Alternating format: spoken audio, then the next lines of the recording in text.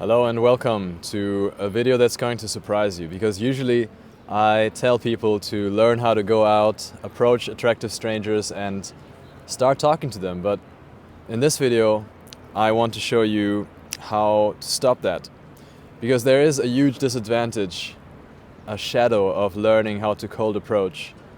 And it's not that it's particularly difficult. If you do it a few times, it starts becoming fun. It's not that it's inappropriate. If you learn how to do it properly, people will be happy and grateful for you doing cold approaches. It's also not that it's particularly time-consuming, because you can integrate it into your everyday life. But that's where the real problem lies. It can become so part of your routine, and it's so hard to switch it off because your everyday real life is always around you, that it's hard to stop cold approaching once you've learned how to do that. So in this video, I'll tell you how to stop checking out women in real world scenarios when you're actually in a committed monogamous relationship and you don't want to do that anymore. If you're on a dating app, it's easier, because then you would just switch off the app, uninstall, tell them to delete your account, tell them to never accept you as a customer again. But if you learn how to meet people in the real world, obviously you'll have to do it some other way. For those of you who don't know me, my name is Achil Rudolph. I'm a social confidence coach, and for the last few years I've helped predominantly South Asian men learn how to develop the kind of confidence that is necessary to meet partners in real life scenarios and build lasting relationships. And me personally, I learned cold approach, offline dating around 2019, 2020. That was when I turned 30, and switch in my brain flipped, and I thought, wow, it's time to get serious. It's time to find the right partner. So I went out a lot in that year. I even tracked and measured my success. I built an app at that point in time to keep myself accountable, to go out regularly and meet a lot of people. And by the end of that year, 2019, I was just meeting 2-3 potential partners every single week and going on a couple of dates. I remember in 2020 I counted a total of 119 dates. And that had two consequences.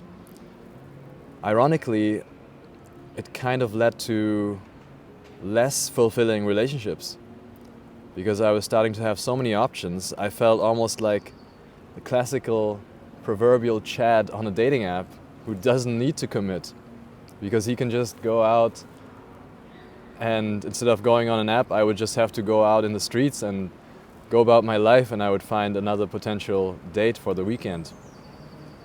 But the second consequence was that it also ruined my focus and distracted me from my mission in life, which already back then was to build a company that helps people develop this kind of confidence and social skills.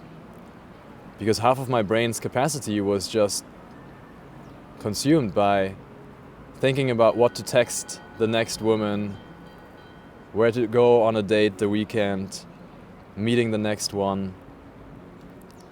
And so I remember myself saying in that year, 2020, at the beginning, that the only way that I could actually get focus and achieve my dream of building a company would be for all the beautiful women in the world to just disappear. And then 2 weeks later, all the women in the world disappeared. Not just the beautiful ones, not even just the women. All the humans in the world disappeared from the street. Corona, the first lockdown. I said, wow, that's a sign.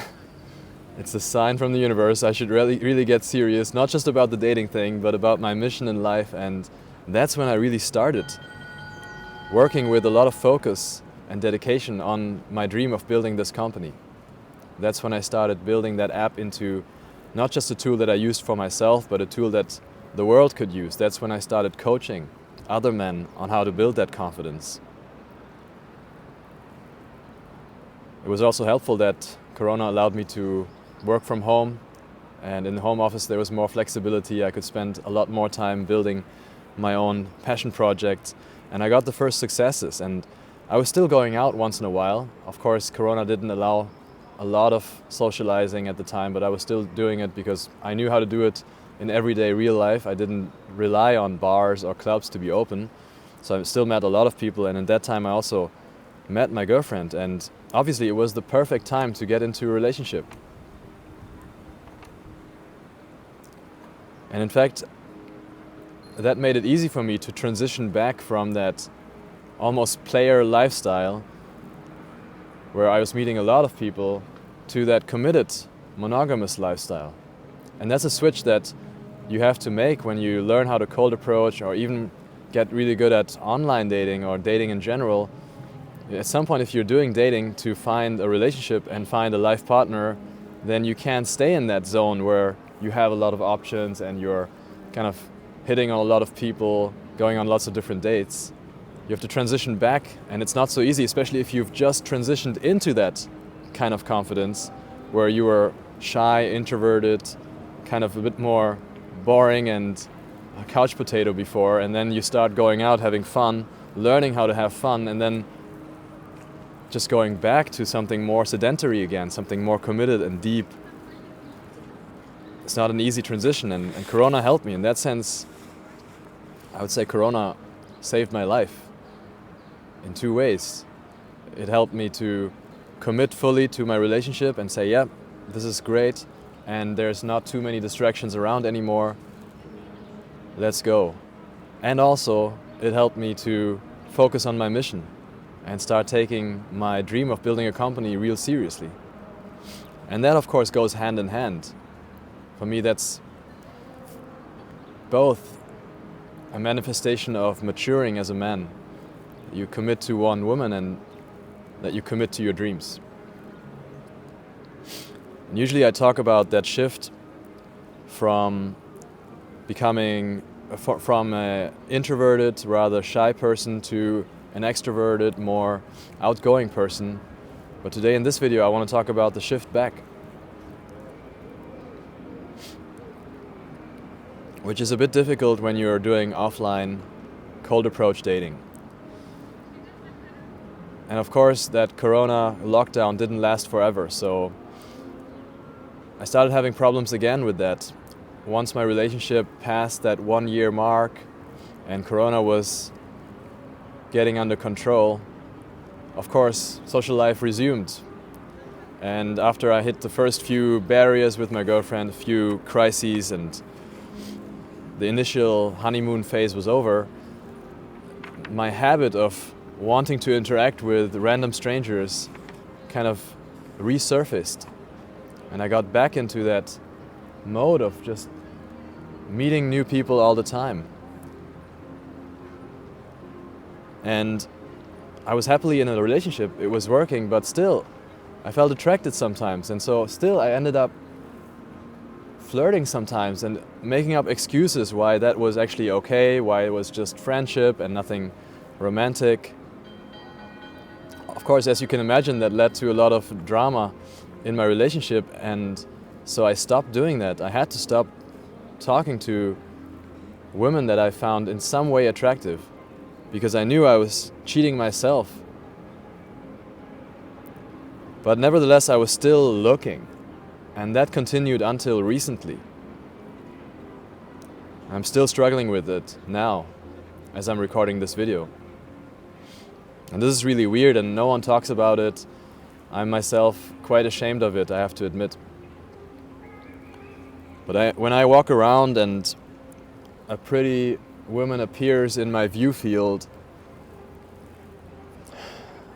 I really struggle to not get pulled down into a negative thought spiral that leads me to question my relationship, leads me to question my whole life, and wonder what would happen if I approached that woman, just one more. It's not so easy to resist that, especially if you have developed that skill, that you know you could meet anyone, anywhere, anytime. For people who never did that, I think it's easier to stay committed in that situation because they're like, yeah, just a stranger, just a random attractive stranger, there's lots of those. doesn't make a difference in my life. It's not for me.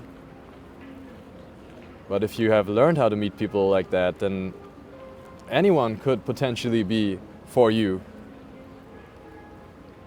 So it's pretty hard for me to resist in those moments, and usually I can distract myself, I have something else to do, I'm going somewhere, I have to record a video. There's no question of me doing an approach, but if I have nothing to do, if I'm actually just waiting for a friend, then that thought does pop up.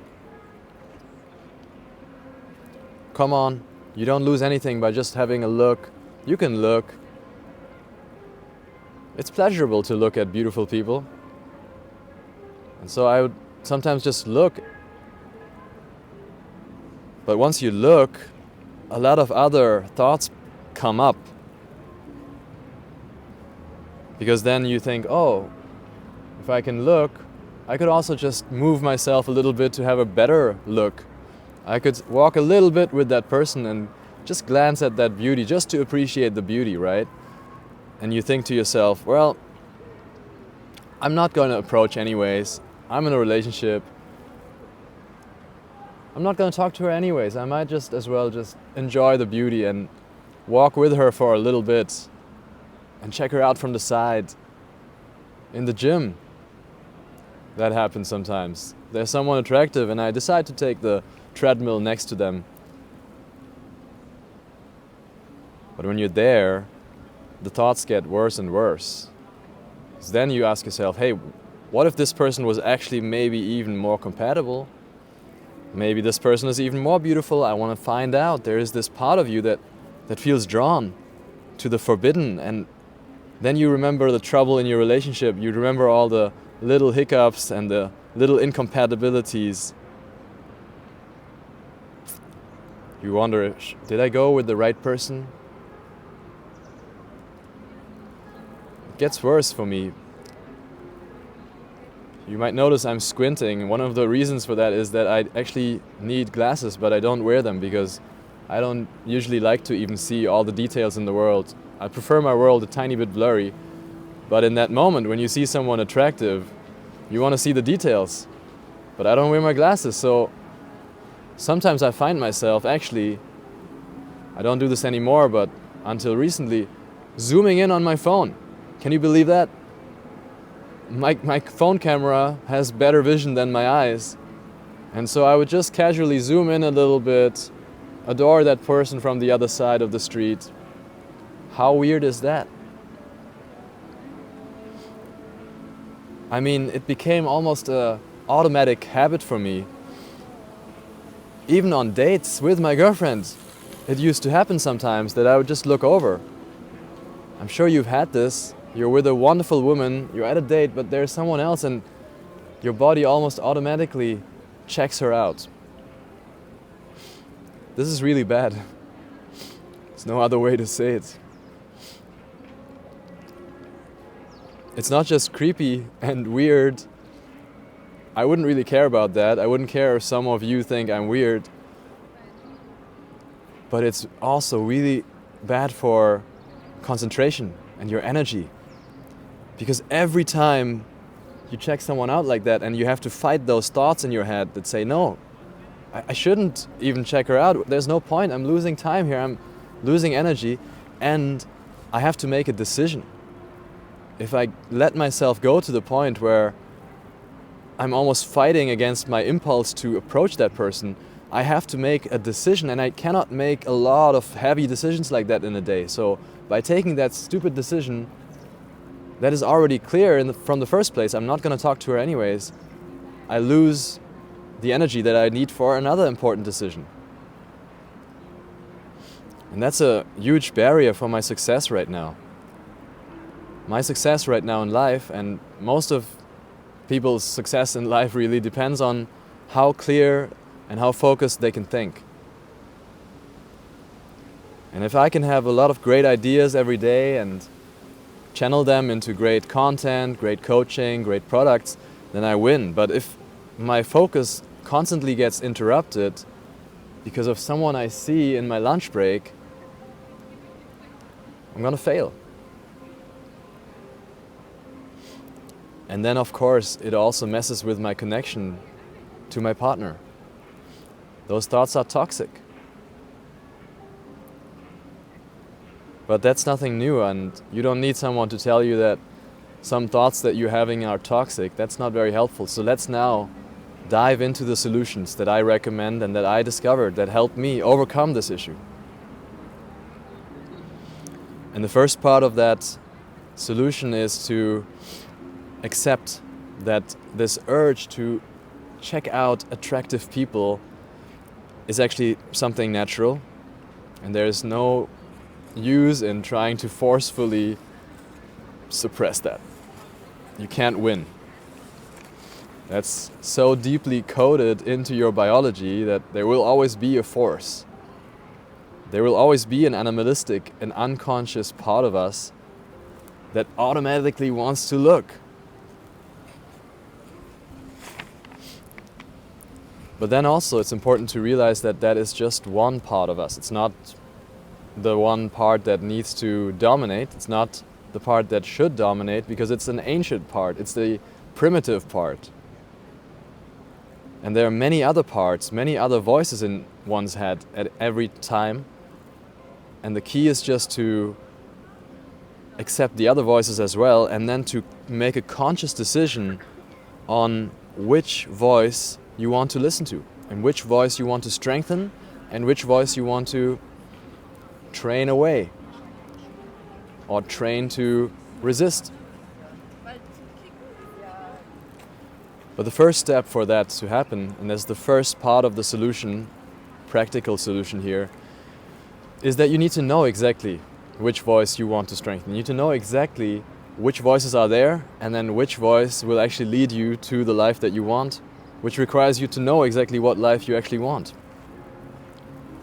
For me, personally, that meant doing a lot of introspection and actually sitting down somewhere in silence for a few days and thinking about, really, do I want a monogamous family lifestyle, or do I want a playboy lifestyle? It was not so easy to make that decision. I don't think it's an easy decision to make.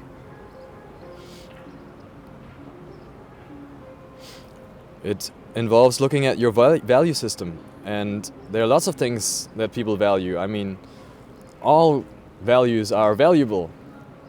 So it involves making a hierarchical prioritization where you say this is much more valuable than this. And fun, excitement, having a lot of people in one's life is valuable, but for me, clearly, having a monogamous, stable, family-oriented relationship is much, much more important. So I'm willing to sacrifice those other urges, those other voices. This is an area where it's very easy to fool yourself. And I realized that during this introspection for myself, I was using these voices as an excuse to get distracted. Distraction is fun. And I value fun, like everyone. And so in those moments where I wasn't exactly conscious, where I was walking around and I was just going about my life, that distraction from a beautiful woman was almost just like a little dopamine hit from an Instagram reel or from a chocolate bar. It was something where I thought, oh, come on, that's a quick little hit. You can take it. Nothing's gonna change if you just look over there. But obviously, it was starting to become a habit. And my brain was actually tricking me in that moment, telling me it's not a big deal. And when you realize that your brain is tricking you, then you start trusting part of your brain, and you start realizing that there are parts of your brain that are not exactly on your side, and that helps then identify the voices that you don't want to listen to anymore. Another way that this happened for me was when I realized that one of my voices in my head is actually contradicting itself. And it's not just contradicting other voices, but literally irrational, illogical in itself. For example, one voice that often pops up in those situations is, wow, this is the most beautiful person I've ever seen. How can I let her go? But when you say that, not just once, not twice, not thrice, but like hundreds of times, you start to realize that there's something wrong with your own judgment here. There will always be beautiful people around. And that voice started telling me that this was the most beautiful one. But then a few meters on, someone else was suddenly the most beautiful one, and I forgot about the previous person. Clearly, I was fooling myself here, or that voice was trying to fool me. And clearly there will always be infinitely more beautiful people coming along. Everyone knows this. In fact, I would say Einstein was wrong. There's just two things Einstein said that are infinite: human stupidity and the universe. But I would say there are three: human stupidity, the universe, and human beauty. And also in terms of compatibility, you never know if you found the most compatible partner, because you can never meet all the potential partners in the world. And I met a lot of potential partners in the world, but I still have no chance to find all of them. So at some point you have to make a decision and say, this is enough, this is it. This is compatible enough. And you will not know if there is someone else, maybe around the corner, who would be even more compatible. And that's a harsh reality to accept. But I started realizing that that is the voice that I want to strengthen, because it makes logical sense. When you think about it in a peaceful moment at home, after 2 hours of actually quietening your mind, you will come to realize that, yeah, there's no other way. You have to make a decision, a cutoff. You can even look at some economic theory to strengthen that point. I studied this in my PhD times. There's a famous problem or set of problems called Bellman equations. And there it's about calculating the value that you get from pursuing different options in life as you make certain expectations about the future. And many different problems like that always end up bringing home the point that you need to make a clear cut at some point. If you keep looking, you just end up with nothing. And so that seemed appealing for me after doing that introspection, and I said I should really now start to live by it. But then still, it's not so easy, because you forget what you introspected, you forget what you wrote down in your diary, you forget what you wrote down in your constitution of your life when you're out in the heat of the moment and you're out with your friends and there's just someone who pops up in front of you. All of that is gone. And that's why there's a second strategy that I recommend for overcoming this urge, this irrational force that pulls you away from relationship and from your dreams, really, which is affirmations.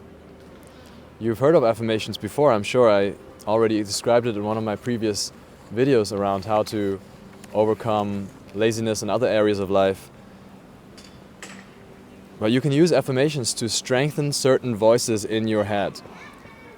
And how do you do that? It's pretty easy, actually. You just say whatever that voice that you want to strengthen says. And for example, the voice that I want to strengthen here is, it's okay to make a decision, and even if you know that there might be other better decisions out there, decisiveness is a value. Being decisive is important to me. Being a man of my word to others and also to myself is important to me. And so an affirmation that you could derive from that very easily is, I am a man of my word. And if you visualize that then with some emotional imagery, you can literally strengthen that voice so that it comes up in the moment when you are out and that situation arises and you get tempted again to speak to someone that you really don't think you should be speaking to.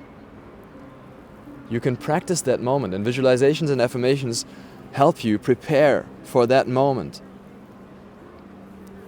And I studied that moment for a long time. As you know, I studied that moment from the perspective of how can I get myself to approach someone for a long time, and I'm helping people who want to do that.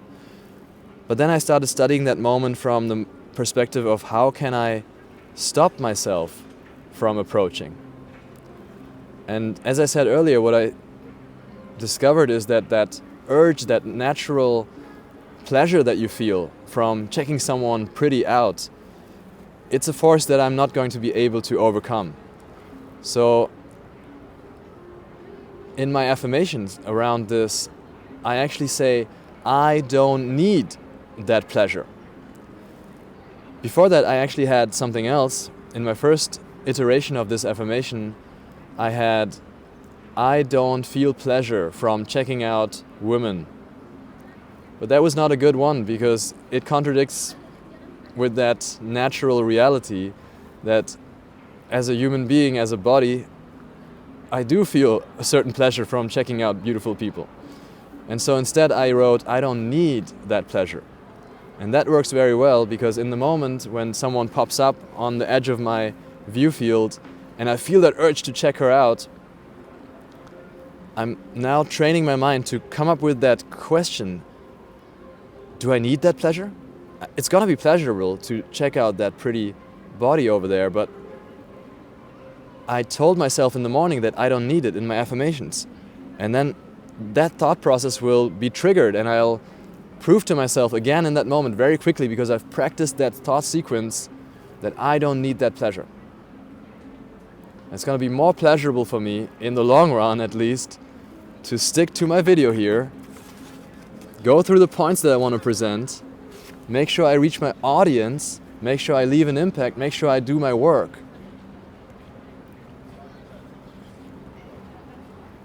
And that helps me then resist. Sometimes I manage to resist, sometimes I don't.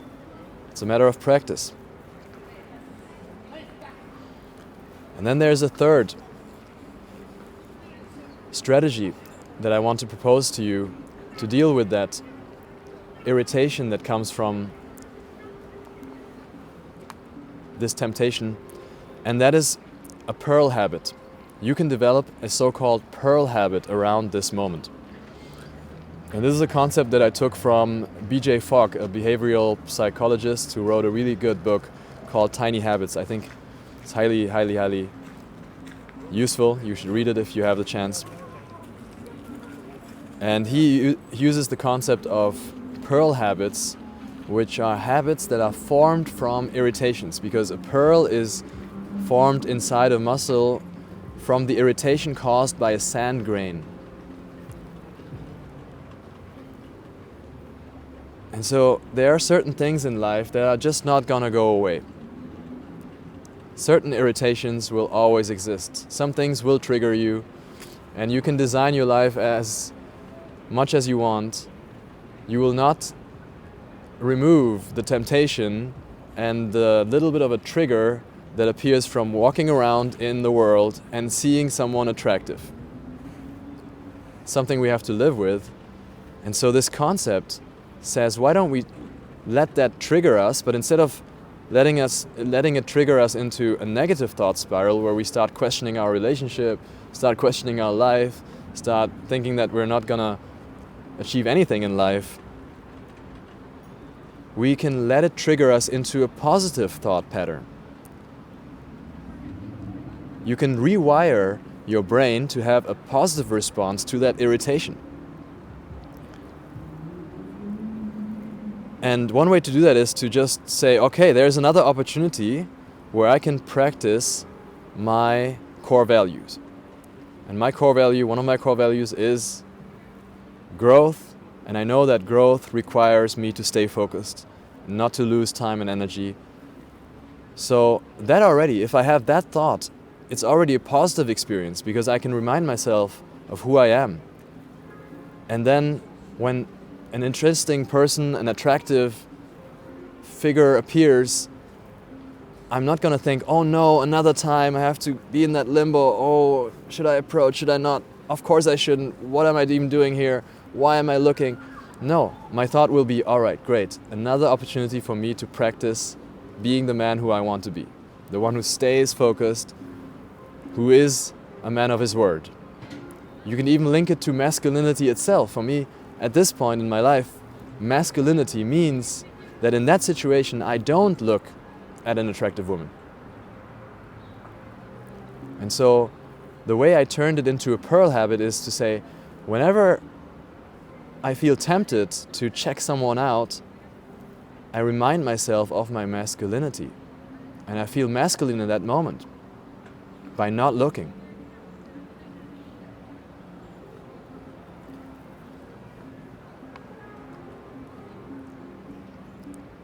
And just like I used to have to overcome a lot of resistance to make myself go and talk to that person, now I have to overcome quite a bit of resistance to not go and say, no, I enjoy this feeling of masculinity and this feeling of being the man of my values and man of my words more.